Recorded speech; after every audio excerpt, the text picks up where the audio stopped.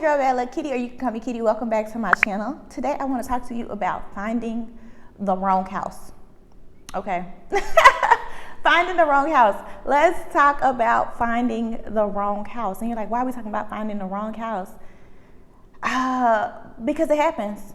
It happens. Yeah, you're gonna find the wrong house. Was my first house the wrong house for me? No, I don't feel like my first house was the wrong house for me. I feel like my first house here in Merida was the right house for me. But hold on.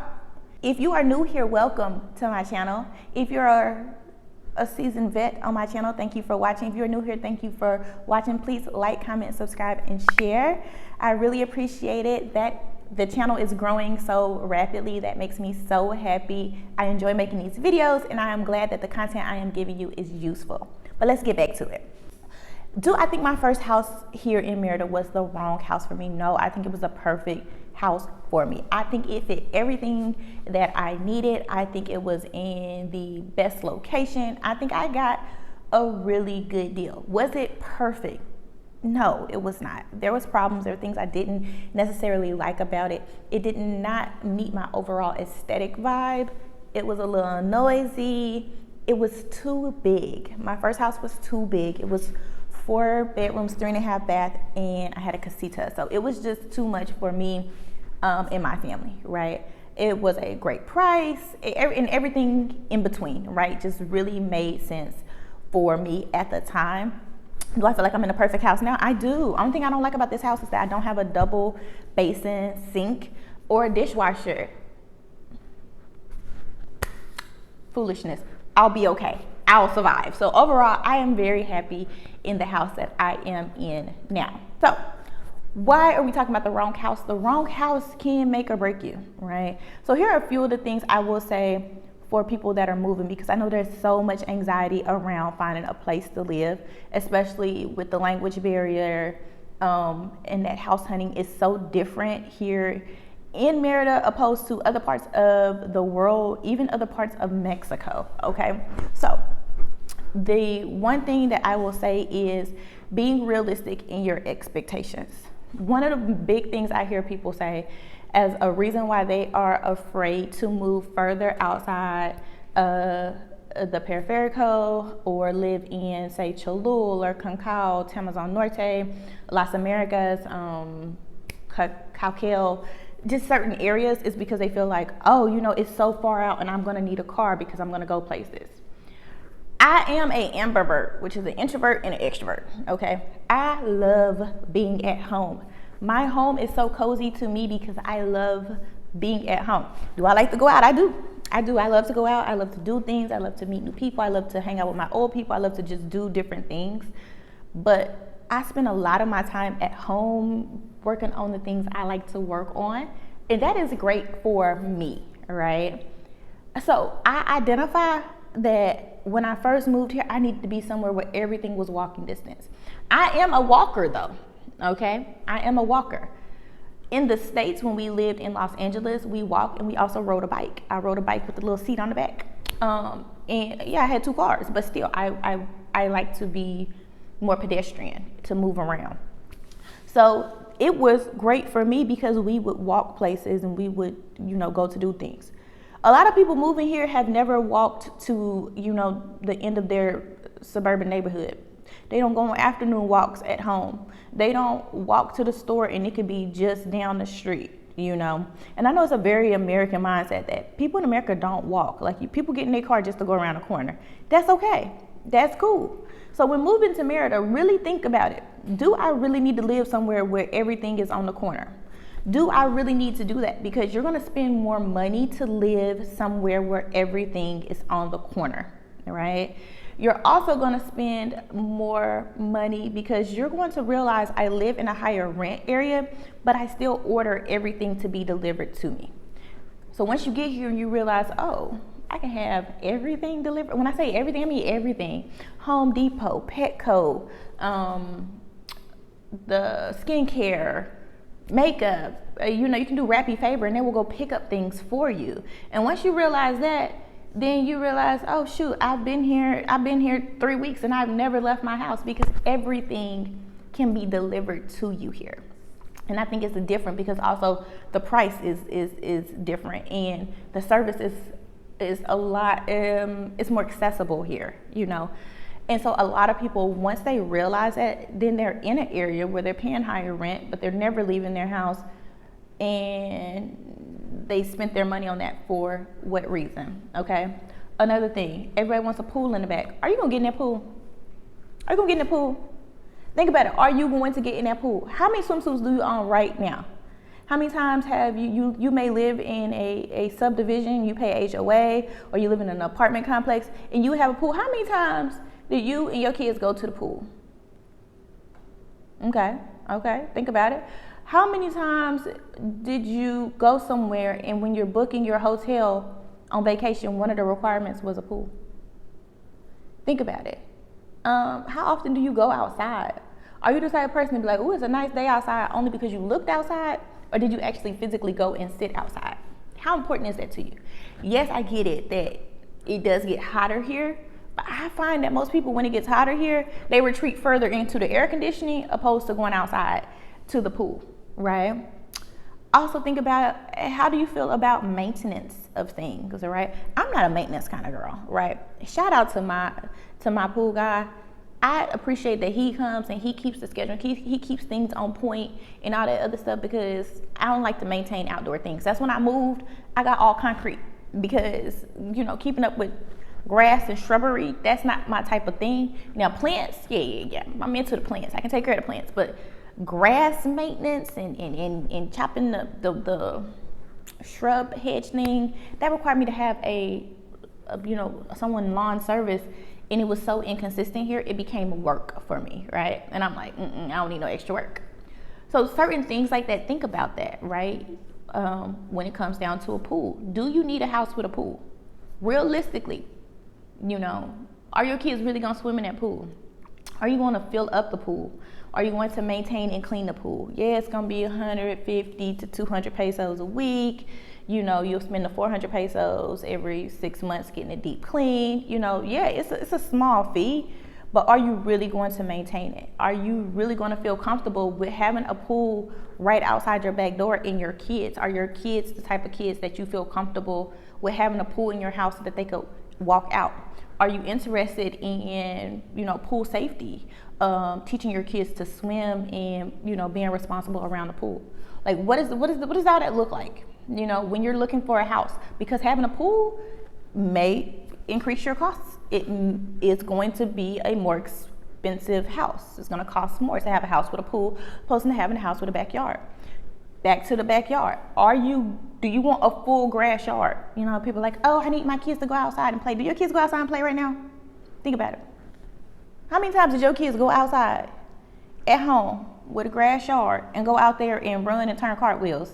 Because I know today's kids, they not the go outside kind of kids. They not the, you know, does your kids go outside and throw the basketball around? The football around, or play basketball? Like, you know, these are the things that you have to think about. Don't think to myself, oh, I would love for my kids to live in a neighborhood where they have friends on the street and they can go outside and they can run and play, Do your kids play with the other kids in the neighborhood where they at right now?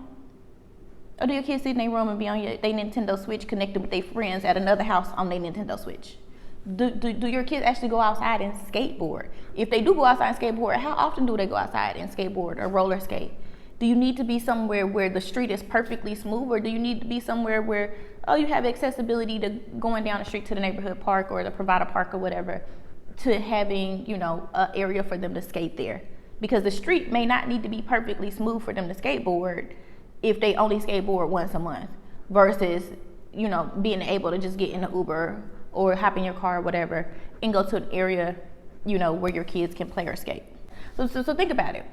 When it comes down to it, are you an introvert or are you an extrovert? Do you want to live close to restaurants and How often do you go out to eat? I don't go out to eat often. I'm not a go out to eat kind of girl, you know. I'm not a big fan of the food here. So I don't really go out to eat food very often. And if I'm out, I promise you it's just because I just want to go out and ambiance vibes. I'm going to order fish or shrimp tacos most of the time, because like I said, I don't like the food here. And that, you know, that's my own personal thing. No shade. I just don't like it. It's okay for people to disagree on stuff. What else? is it important to think about? Oh, it's also important to think about animals, right? A lot of people are afraid of street dogs. If you're afraid of dogs, now, in my opinion, the street dogs, I've not seen an aggressive street. Yes, I have. When I first got here, I was walking Jacks, but they weren't coming aggressive towards me. They were going aggressive towards my dog. Okay, so think about it. How do you feel about street dogs? How do you feel about street cats? Man, I got a street cat problem here. The feral cats in this neighborhood are ridiculous. Okay, how do you feel about that? Where you live at, how do you feel about insects? This belief that if I move into a high-rise apartment and I don't have bugs is crazy to me. I'm sitting up here like, they act like bugs can't climb. I am amazed. Like, we can't be, this naive in this day and age, right? So there's this belief, like, if I live in a certain area, I won't have any bugs. Maybe you can have ants, you can have roaches, you can have beetles, you can have whatever it is. Like, how do you feel about that? If you see one, are you ready to throw in the towel and move out of, burn the whole house down? Or, are you committed to having regular pest control and maintenance, right? I mean, all of this stuff can contribute to you feeling like you have the wrong house, right? All of these things can give you anxiety, like, oh my God, the ants are uncontrollable, da da da da da. Baby, it's a concrete house, the ants gonna move in at some point. Y'all see my light is just changing. I have been trying to record for days, but because for whatever reason, the sun and the whatever, I don't know, but y'all bear with me. So thinking about the wrong house, right? I think it's best that you make a list, right? And on that list, you identify all the things you absolutely need. When I say need, it is a need. I need a room.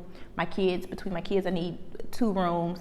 We need 2.5 bathrooms. Do you want a 2-level house?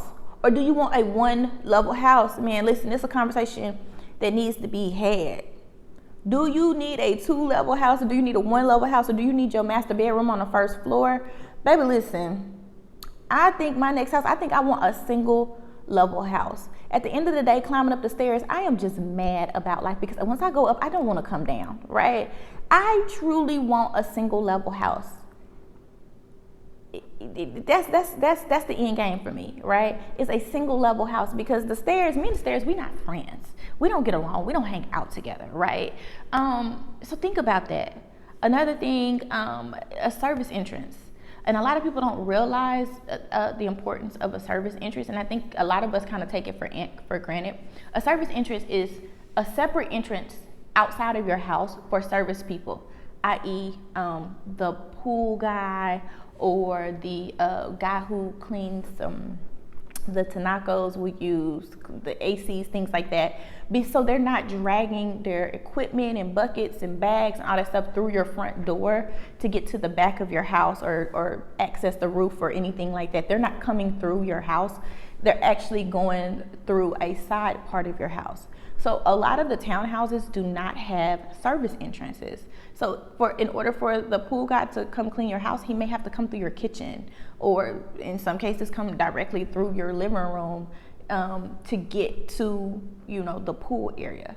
And so you have to think about that. Am I okay without having a service entrance? If you're going to have someone in the home to help and care for your kids, are you comfortable with them sleeping in your spare bedroom, guest bedroom, kids room on a cot?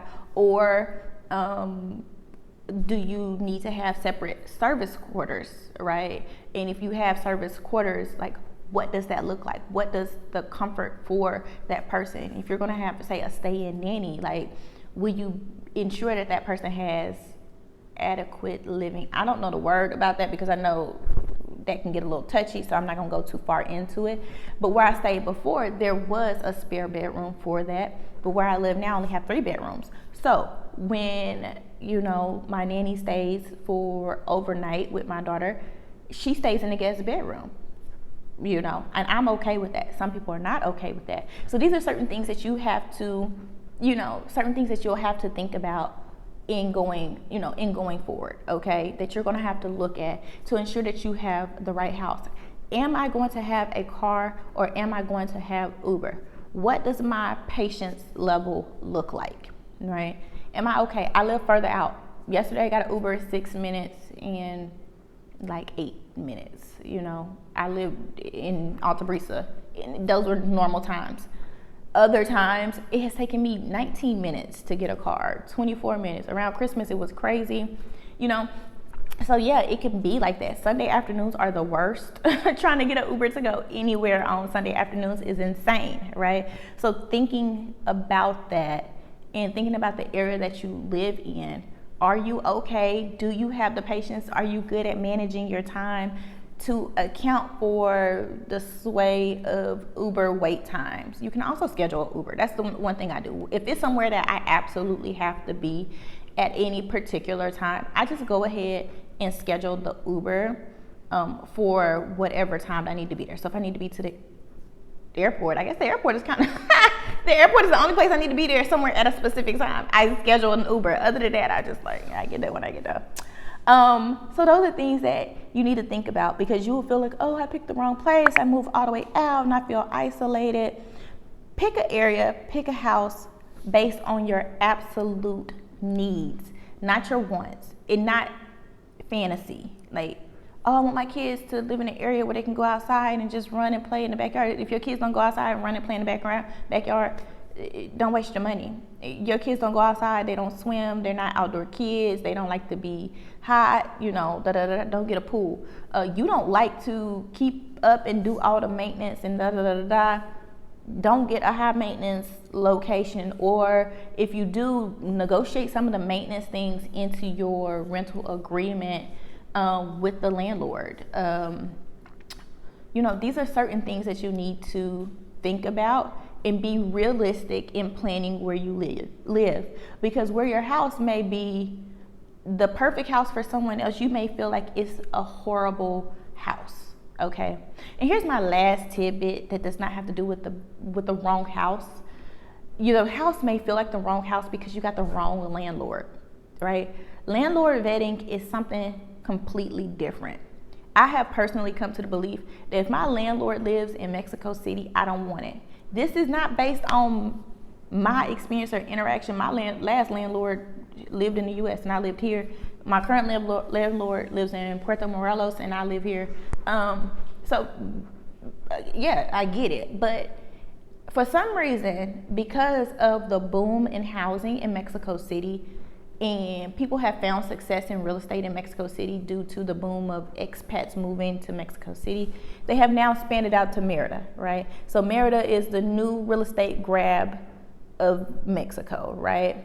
And with that being said, I don't know one person, I don't know one person with a landlord that lives in Mexico City that has had a positive experience. I personally do not know one person that has had a positive relationship, landlord-tenant relationship with a landlord that has solely bought in Merida as an investment property and they are from Mexico City. I don't. I don't have anything more to really give to it. I don't know if it's because it's out of sight, out of mind, the distance or what, but every person that I know with a landlord from Mexico City has had a bad experience. Do with that information what you please, okay? So, picking the wrong house, you know, think heavily, okay? One thing I also will say is when you pick the house and you like the house, I came to this house 4 times. I looked at the house. I mean, I made sure I came back. They said they were adding stuff. I made sure I followed up to make sure that they were adding the stuff that they were gonna say. And everything was on track. Really communicate, not being afraid to say, no, I don't want this or I want that, and talking to them, all right? Because ultimately, you know, they're renting for money, so they need to make sure that the house meets your standards, especially once you move in it. There's so many things that the landlord is no longer gonna cover and you're gonna be responsible for. Make sure you're getting a house that you truly want. Make sure you're getting it in a condition that you are truly comfortable with, and make sure that you're able to manage the things that you are expecting from the home. And look at it and do a walkthrough before you sign that lease. Walk through and make sure they said that it was going to be a blue door here. Make sure that the blue door is there. Make sure they said they're going to add this. And if they say that they're going to have it fixed in a certain amount of time, you know, try to get it documented sometime so that you have something for you. Or just kind of do like me. I made sure everything was done before I moved in. I made sure, and even after I had issues, my landlord made sure that everything was taken care of when I had the issues. Y'all remember when my sink fell out? and the thing fell off, and the plug wasn't connected, and all this other stuff. He made sure all that. Child, it was a mess the first 30 days. It was a mess, because it was new construction. New construction is another thing. Everybody wants the new house, moving to the new house. My last house was an older house, baby. It had already, went through the newborn phase and had already had the issues and and had been settled into. This house was new, never lived in, and so I had so many issues because the house had not been used and things like that. And because the house was within the first year, it had a warranty from the architect, and so things were, the architect will come out and fix things. But if you don't have the kind of the patience to deal with your sink falling out the cabinet or whatever, just keep in mind that some new construction is still going to have issues as well. It's not going to be perfect. It's going to look good. It's going to look good. One of the main things I love about this house is the amount of light it gets. I just love that. I love the way it's facing, so it's perfect for my garden and my plants and things like that. But yeah, there were a lot of issues with moving into a house that is new construction. Picking houses in the windows, okay?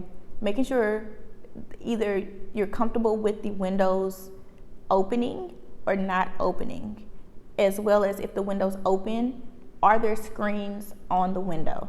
Because if there is an instance per se, like when the electricity goes out, the way you're going to cool your house is by opening the windows and allowing wind to come through.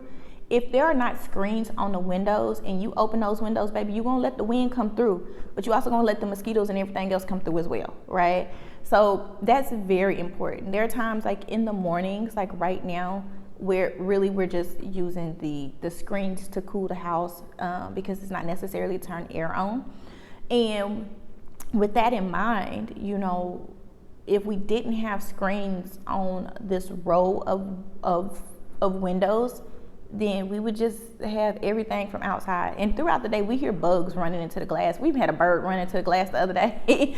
Those things would come into your house if there were not screens already put on, those windows, all right? So the wrong house can be different. You really have to think it through, is what it comes down to. Think it through based on your needs. Needs, people, needs. Some people move because of wants, but ultimately, people move because they didn't meet their needs. Your needs need to be red items on your list, and those are the absolute must-haves. Do not compromise on your must-haves. And then think about certain things like, it's me and one other person. Do I really need a 4-bedroom house? Do I really want to pay the utilities and maintenance for a house of that size? Do I want to be responsible for exterior maintenance and things of that nature? These are all things that you need to think about when going into it, because a lot of people say, oh, I ended up in the wrong house, and then you'll listen to them and then be like, you picked the house. The house wasn't bad. You just made an irrational decision. And a lot of times people want to come here and it's like, oh, I got a pool, I got a this, I got a that, I got a that, to flex. When in reality, the flex is ultimately just going to cause you a headache in the long run. I appreciate you all for watching. Please like, comment, subscribe, and share. Until next time, bye.